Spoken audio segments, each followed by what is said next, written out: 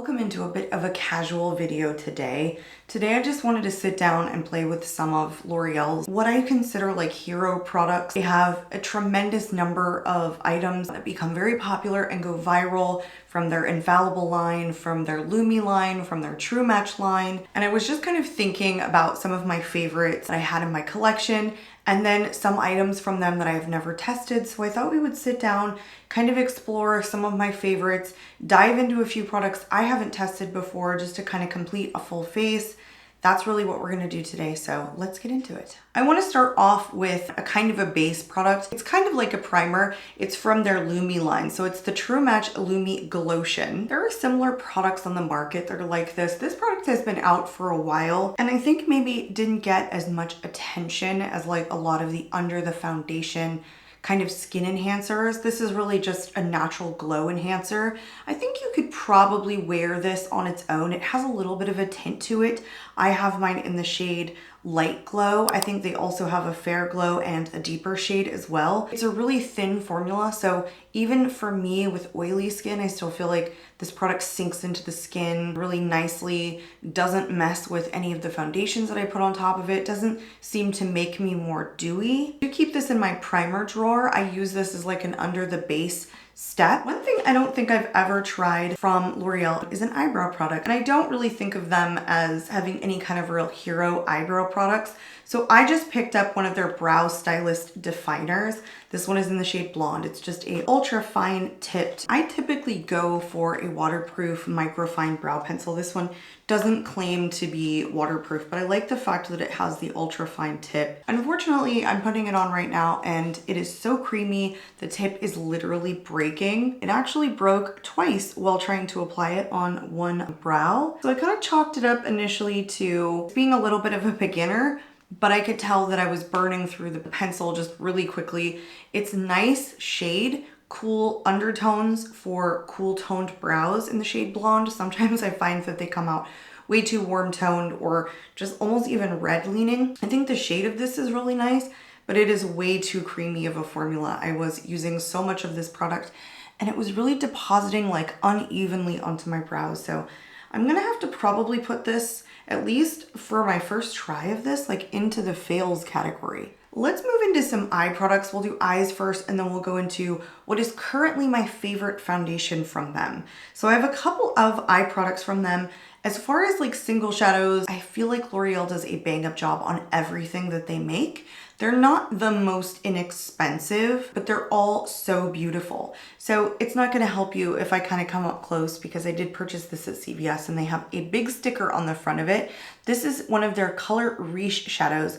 This one is in the shade 207 Pain Au Chocolat. So it's a little bit like a light pink shade. What L'Oreal does with their shadows is super thin, light reflecting, very creamy. And again, CVS sticker on this one as well. This is one of their single potted shadows, and I will throw the shade up on the screen. It's being covered by this sticker. It has one of those like little stoppers in it. Same formula, just a little bit more loose inside of this pot.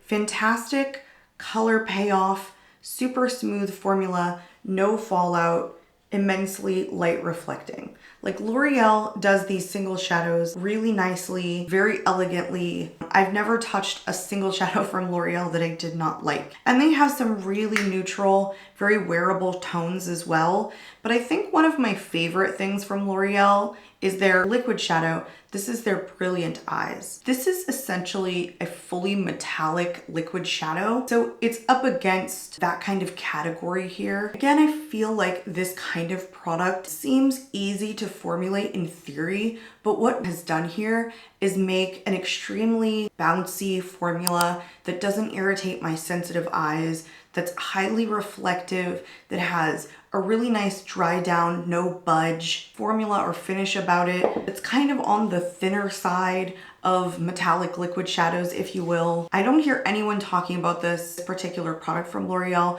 but I would say that they make a tremendous liquid shadow if you're into that sort of thing. I feel like is often overlooked. Now, as far as it goes for base products, I feel like L'Oreal does a tremendous job with most of their foundations. I used to use the L'Oreal Lumi foundation foundation for years. I repurchased it so many times. It was basically my holy grail. And then last January, they released the True Match Super Blendable Foundation. And I think this was either repackaged or reformulated. I have done a dedicated video on this on my channel. I think this is a tremendously lightweight, light to medium kind of buildable coverage foundation. I think it's probably best suited for those with dry skin, but I think it's a fluid foundation in that it can really be used with people with multiple skin types. I currently have pretty oily skin, and this is not the most longest lasting foundation on me, but I do like the way that it looks or that it wears while it does stay on. By the way, I have mine in the shade N1 Neutral Light. I have recommended this foundation to others with dry skin. Again, L'Oreal's not the least expensive drugstore brand out there. In fact, they're one of the most expensive in terms of drugstore pricing. But I would say that getting a complexion product, a foundation or a skin tint from them is usually worth it if you're looking for a drugstore foundation. Their Infallible is very popular as well. I feel like that one is a more full coverage foundation, kind of better suited to people with oily skin. I have used that and have loved it in the past. They just make really great complexion products for a variety of different skin types. So even though they're on the pricier side, I feel like their complexion products are the way to splurge if you're gonna splurge on L'Oreal. Now, I did not have a concealer in my collection, so I picked this up. This is pretty darn pricey. I wanna say this at CVS retailed around $17. This is from their True Match line. This is eye cream in a concealer. I've never heard of anyone talk about this, so I have no idea if it's gonna be any good. It says it has 0.5% pure hyaluronic acid. It says eye area looks fresher, less puffy in 1 week. Instantly covers dark circles. It's supposed to give you 24-hour hydration, no parabens, no perfumes, all skin types and suitable for sensitive skin. And it's a lightweight blendable formula. It is extremely lightweight. This shade looks much too dark though. I did not realize that. This one is in the shade Light. I guess their shades maybe run a little bit deep. I think I'm still gonna try it. I can just tell on the back of my hand, this is not a concealer shade I would normally wear. It is just too dark. Well, I mean, I kind of blended it in, but you can still see it.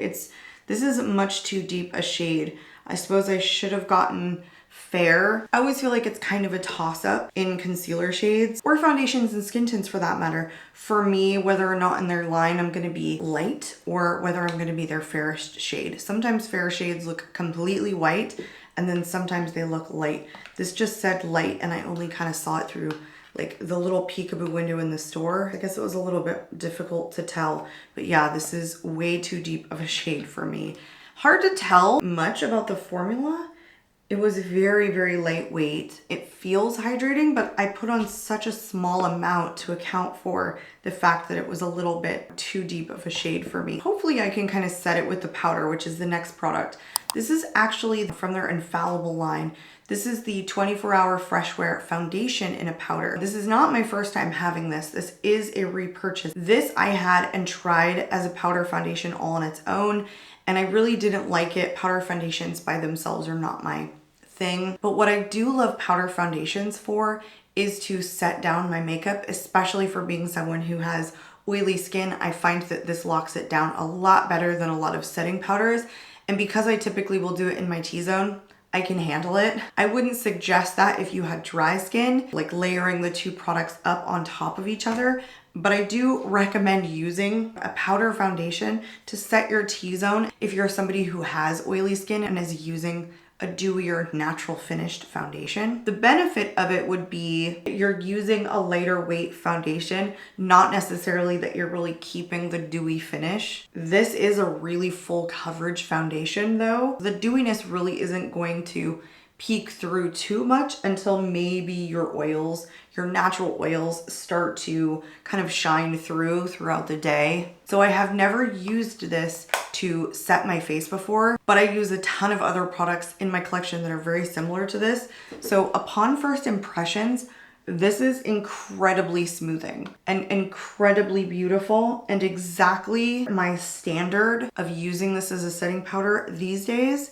this is exactly what I would look for. I mean, honestly, just really mattifies me personally, but just how smooth this looks on the skin is incredible. It's gorgeous. Next, I want to go into a liner. This is their mechanical eyeliner from their Infallible line. I don't think I've ever tried a liner from L'Oreal as well. This is a black brown shade.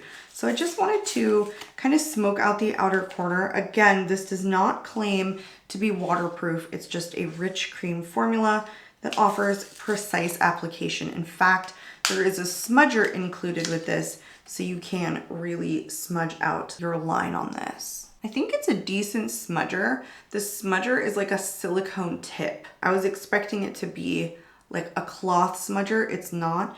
It's a really nice and creamy formula. I think that if you liked to smudge out a little wing, I actually think that this is a really nice formula for that. I don't think I loved the smudger. The smudger was okay. Not exactly like the feathery kind of blown out wing that I would probably like. The silicone smudger grips maybe a little bit too much and kind of takes too much of the product away. So can't say that I love the smudger on that, but I definitely liked just how creamy the pencil formula was. I have a couple of different options in terms of blushes and bronzers. One of my favorites that I've had in my collection is from their Lumi line. This is the Lumi Bronze It. So it offers a little bit of glow to it, pretty neutral tone. It has just the slightest sheen. It's one of the like butteriest, softest drugstore bronzing formulas that I have in my collection. It's gorgeous to sweep all over the face. This product would take you forever to get through. I have mine in the shade Light. This is the kind of fantastic, more neutral tone bronzer. If you're not somebody who likes a really heavy bronzer, this has been one of my favorite bronzers in my collection, not just in drugstore, but in bronzing products in general. I want to say for definitely a couple of years, and I love a little bit of sheen on the cheeks. What I typically stay away from is bronzers that have too much sheen for the forehead. Just not my personal preference. I would rather a mattified bronzer or like a soft matte bronzer on the forehead. But this is one that I feel like the sheen is just so slight. It's not glowy or like overly metallic. It's just a very soft sheen. I feel like you can use it for the forehead and I think it looks fine. I mean, for my personal preferences. But I also have one that is a fairly newer release, and this one being from the Infallible line. This is their 24-hour fresh wear bronzer, and it's a waterproof bronzer in a soft matte finish. This one is in the shade Fair, so 200 Fair. This is an extremely light formula, actually quite pigmented. It's kind of one you want to just barely tap into the pan. I've taken this one traveling with me when I don't want to mess around with, is my bronzer too warm? Does it match the blush that I'm wearing? Does it look overdone? I'm traveling, I'm trying to look more natural. Can I achieve that without looking like I did something extra? Like, this is the bronzer that I will take with me. Have done it many times. It's just that bronzer, you know, it's that guy. I feel like they nail neutral shaded bronzers extremely well. And then more from the Infallible line, even more recent of a release, are their Infallible 24-hour fresh wear blushes. The more pinky shade is in Fearless Coral, which is the only shade that I really had in my collection until a couple of days ago, but I went and picked up a different shade. These are all really vibrant. This is an extremely pigmented blush. I thought I would try it in Daring Rosewood. I have swatched this. Oof, they're wildly pigmented. It's really hard to diffuse this color out. They're extremely different shades, but boy, they're so pigmented. This almost looks more like a terracotta shade when it gets to my skin tone than it does Rosewood. I wanted to see if they maybe had something a little bit more neutral in these blushes, but I don't think they do. I put a little bit on the brush and then I tapped a ton of it off. Because you do get quite a bit of kick up, oh boy, in the pan. I wanted to see if I can get a little bit of a lighter pigmentation out of this. The thing with this blush is it's so pigmented and it has like tack to it, to the formula itself, that it's a little bit tricky to blend out, or I even want to say like diffuse the color out into something a little bit lighter. It's not a buildable formula. Yeah, this looks more terracotta. It has more rust colors in it than it does rosewood when it pulls to my skin. I think if I look in the pan, it maybe looks a little bit more what I would consider kind of rosewood, which is maybe a little bit more on the rosy side than on the more brown leaning side. I think this one leans more brown than rosy. So it's just their interpretation of rosewood has probably more brown pigmentation than it does rose. So I'm not necessarily, like, so far an overall fan of the shade range in this. Having tried the Fearless Coral one, prefer the shade better now that I've tried this one. I thought I was gonna love this one more, but no, I absolutely love this one a little bit more. I feel like this is maybe a little bit too overpowering kind of on my complexion, a little bit too brown for me. So while we're at it, why don't we just add some of this coral to the rosewood shade? Oh, goodness gracious. See if I can't cool this down a bit, because the rosewood shade is extremely warm leaning. Actually, I think that did a little bit of a trick. I mean, it's just so pigmented, it's hard to really get a sense of, did I diffuse it out or am I just building it like wild? If you like an extremely pigmented blush, it's fine. I just don't think the shade range is where it really needs to be for this line, honestly. This is now, having seen all of them in person, I feel like the one that's best suited, and also maybe not a coral shade, maybe even more pink leaning than orange leaning, or a mixture of the two. It's a lot more pink than I think of when I think of a peachy pink coral. So I was talking away, applying a highlighter, and I hadn't hit the record button. After pausing for a moment, I was just saying that I don't know L'Oreal to have a really refined powder formula highlighter in their line. What I was able to find, which is a new product to me, is their Lumi Shimmerista. It's a loose powder highlighter, and I believe it comes in 3 different shades. The one I have is in Moonlight. This is a more reflective purple leaning or kind of blue leaning highlighter. I did throw it on. It has nothing to do with this look whatsoever. It just seemed like kind of a fun product that I wanted to give a shot to. The only places I was able to find this, because I did not purchase it in CVS, which is my usual kind of go-to drugstore for picking up L'Oreal products, I was able to get this on Amazon, but they also have it on Walmart online. So I feel like some retailers still have it, even if this isn't a product that they still make. So like I said, I think there's 3 shades total. I just happened to get one that I kind of thought looked fun, but like a purple or blue reflect highlighter is not something I would normally reach for. But as far as the formula goes, it's really thin, very finely milled, loose powder formula. It was easy to apply and it's very light reflecting. I just think this might get pushed into the back of my drawer. I mean, it was fun to try. It's just purple. So if it had been a different shade, I think I would have loved the product even more because the formula is so nice. It looks like it's sinking into the skin and not sitting on top of it. It's not grainy. It's really, really smooth, very refined powder. And another thing that's brand new to me that I had to get was the telescopic lift mascara. I have tried so many different L'Oreal mascaras in my time. Some of them, holy grails, you know, they have the Lash Paradise. They have different versions of that, but I never tried this one, and this one went extremely viral, I wanna say like 8 months ago. So this is Length, Lift, and Volume. It is a waterproof mascara, and I figured if we're doing L'Oreal, and I'm gonna have to add a couple of things to make this a full face, we're going telescopic lift. I already love the way this wand is. If you guys watch any of my videos and you hear me talk about mascara, you've heard me say plastic bristled wands are the way to go. That's how I like it. I don't like natural fluffy bristled wands. I personally make such a huge mess with them, so I typically stay away from wands like that. But mascaras that are like this, I feel like give me way more volume. And I talk about a pretty wet formula kind of being my preferred style. This is an interesting wand though in and of itself. It has like a slight curved edge to it, and on one side it's completely bare. There's no bristles there. So I imagine like one side is kind of like for combing. I'm just gonna go straight in without reading the directions and just apply it how I would normally apply my mascara. I really like to get super close to the lash line and then kind of roll the mascara. So having a circular wand is really nice for me. So far this formula is extremely wet.